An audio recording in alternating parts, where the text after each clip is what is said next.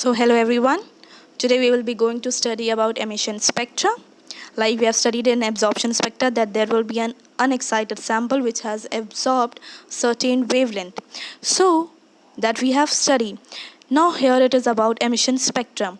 The spectrum of radiation emitted by a substance that has absorbed the energy is called emission spectra.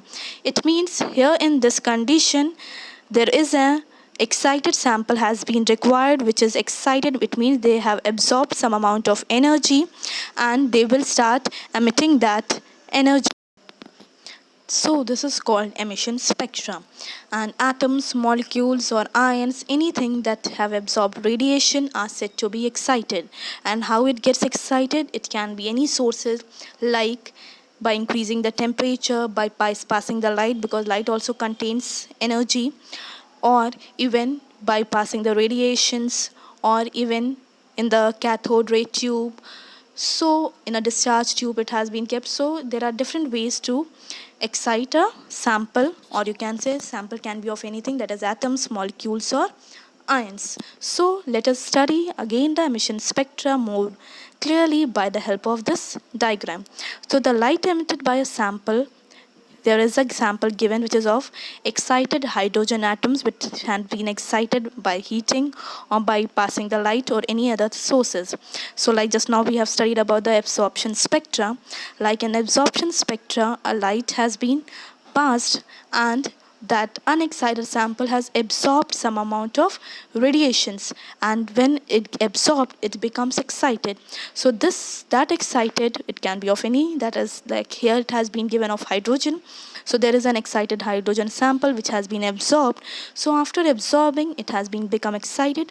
So to be in the stable state it will emit some amount that absorbed radiations, or just emit that wavelength. So when they are just emitting that wavelength, if you will see here that there is no ray, nothing light has been passed, only there is an excited sample, and through the slit it has been passed through a prism and it gets diffracted on a detector. You can see the wavelengths.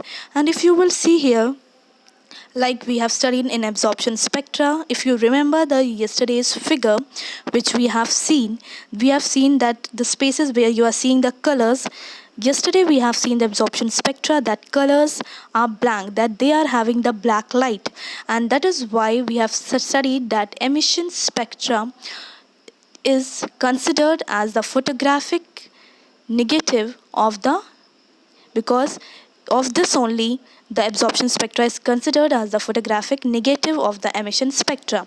Because if you remember this, the absorption spectra, we have studied that it is a photographic negative of an emission spectrum.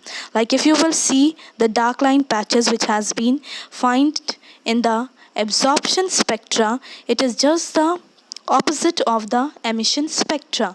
So we can consider here that the wavelength which has been absorbed in the absorption spectra, which is the unexcited sample, when it gets excited, so it will emit that radiation and it will form a spectrum, and such type of spectra is considered as the emission spectra.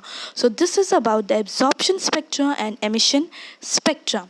Hope you all understand both the spectrum, and to study the emission and absorption spectra is referred to as spectroscopy.